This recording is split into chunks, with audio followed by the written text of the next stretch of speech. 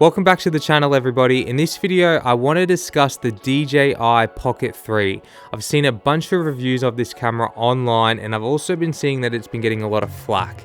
There's a lot of people claiming that this camera can't be that good and that people are being paid off to say the nice things that they're saying about it. Just off the bat, I can guarantee you that I have not been paid by anybody. I've owned this camera for about 3 months now, paid with it, obviously with my own money. I bought this camera specifically for a shoot that I had coming up, which involved me shooting car rollers. Traditionally, shooting car rollers have just been hanging out of the back of a car, and that isn't the safest thing to do. And I didn't want to invest $5,000+ on a huge camera system for this one shoot. And also it just looks like a pain to set up and take down every time. So I'd been seeing a lot of people post the DJI Pocket 3 paired with the Mob Max arm and been getting really great results. I was, however, skeptical as well until I bought this camera. Now, I don't want to dive too deep into this camera and all the settings and stuff, but just a couple things to note. You can shoot up to 4K 60 frames per second. You got 10-bit color with a few different modes to choose from. You've got normal, HLG, and my recommendation, as well as what I use, D-Log-M. So one of the best things to pair with the DJI Pocket 3 is this Mob Max arm. Now, this obviously is a separate purchase, but a really solid one, especially if you're wanting to shoot really smooth car rolling shots. Basically, you take it out of the box, make sure that you take this silicone cover off, but you find a good spot and you basically just push this button until the red line disappears. And it is as easy as that. A couple presses, the red line will disappear, and you've now got a suction mount that took less than a minute to put on and performs really well.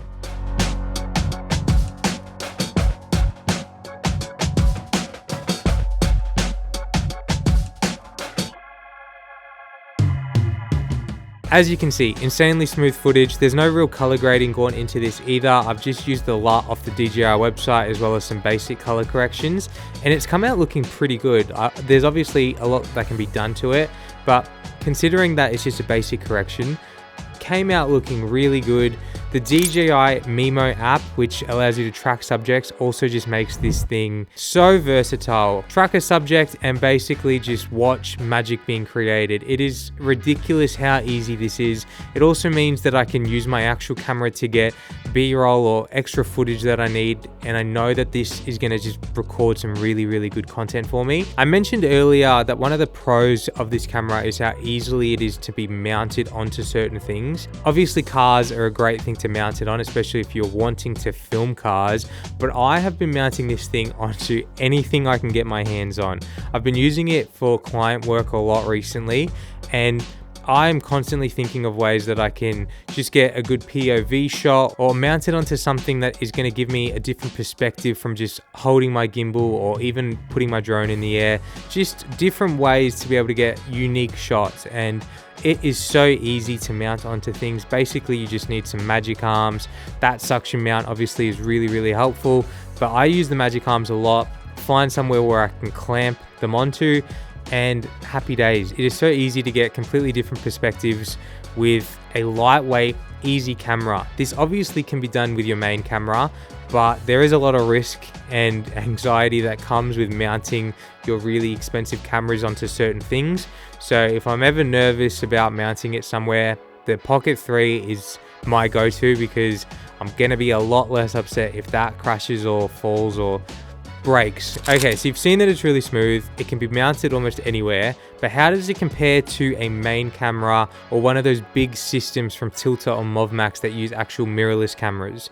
Well, I just did a shoot recently where I used my Sony a7S III as well as the Pocket 3, and I'll let you guys be the judge.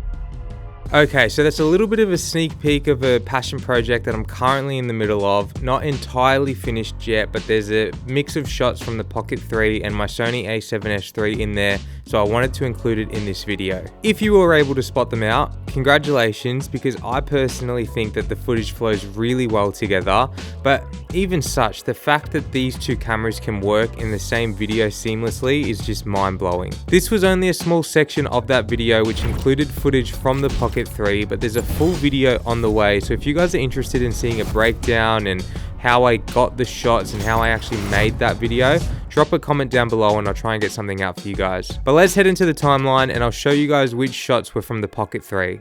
Okay, so as I said, this is still a work in progress and there is a fair bit to be done, but there's a few clips from the Pocket 3 in this timeline that I really wanted to include in this video. So let me go ahead and fast forward to where the video started for you guys. If you look closely, I've gone ahead and changed the color of the Pocket 3 clips to this violet color. You can also just see that they say DJI. All of the blue clips, or the ones that start with C, are from my Sony a7S III. So let's go ahead and play this. Few clips from the a7S III to start the video, and then we get these two clips sort of back to back from the Pocket 3. Let me play those again. Awesome, so I'll disable this just so you can get a better view. I've just put that in there to sort of break it up, but we've got this clip of the rim and then that goes into a clip of the back of the Cupra. The cool thing about this shot with the rim was that basically we just mounted the Mov Max 3 onto the car, put the DJI Pocket 3 on it as you guys saw before, and we just tracked the rim. We didn't have to do anything else. We left it on there for like 5 minutes and it was just going back and forth trying to track that rim, and we were getting really, really unique shots with it. And I honestly love how this shot's turned up. That transitions or flows into a shot of the back of the Cupra. Again, I'll show you guys here.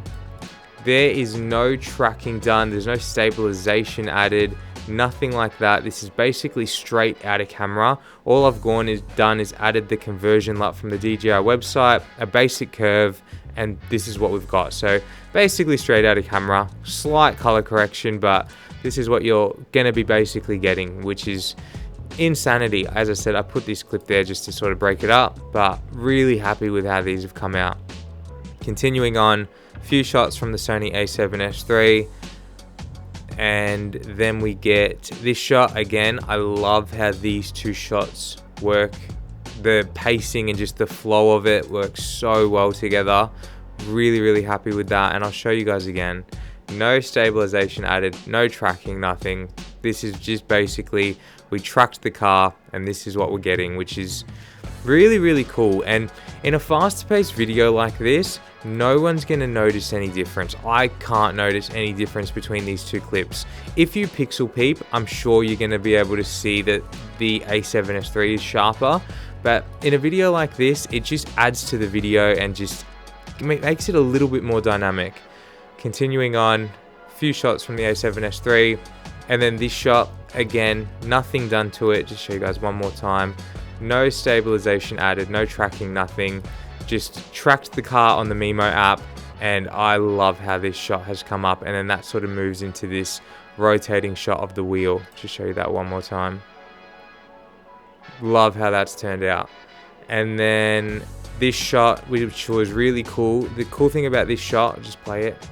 The cool thing about this shot was we mounted the Pocket 3 on the top of the car, and we were able to get a few shots from that one mounting location. Because the Pocket 3, you can rotate the camera so far, we were able to get 3 or 4 shots from that one location. We ended up only using this one, but really cool that you don't have to keep remounting it. You can sort of just mount it once, leave it in the spot, and you can get a fair few shots from it. So really, really cool.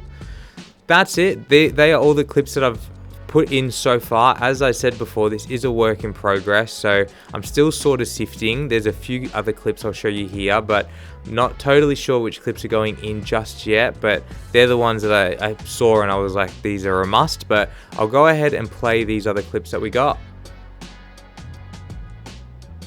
Again, nothing added. It's just, I keep saying it, it's mind-blowing to me because this was in the Dandenongs in Melbourne, Victoria, and it's a really bumpy road, and I was quite nervous about how these shots were going to perform, but the fact that they've come out looking this smooth is just honestly insane. And nothing done. That this does need a bit of work on the color side of things, but just that basic correction, this is what you guys can expect to get just with that conversion light and a basic curve. So really happy. To me, I think this camera is 100% worth it. You guys let me know, am I talking smack? Is it easily noticeable? Can you tell that it's from the Pocket 3? To me, I just think it adds to the video, gives me new angles, and just makes the video a little bit more dynamic, which at the end of the day is always the goal. So let me know what you guys think. Is it worth it, or can you tell? Can you tell it's a Pocket 3 compared to an A7S III?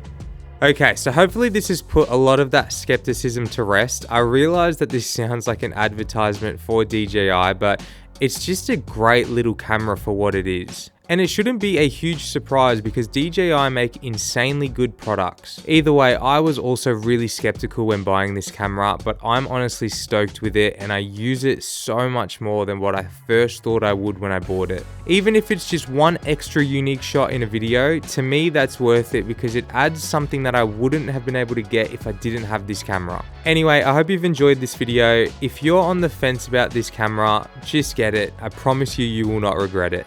That's enough from me, guys. Hit that like button if you found this video useful, and consider subscribing if you enjoy these types of videos. Thanks for watching. I'll see you in the next one.